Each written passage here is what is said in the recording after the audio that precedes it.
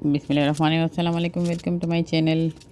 आज के लिए वीडियो बहुत वायरल हो गई है कबाबों की, तो मैंने कहा आपको मैं बताऊं कि स्टिक आप लगा के करें।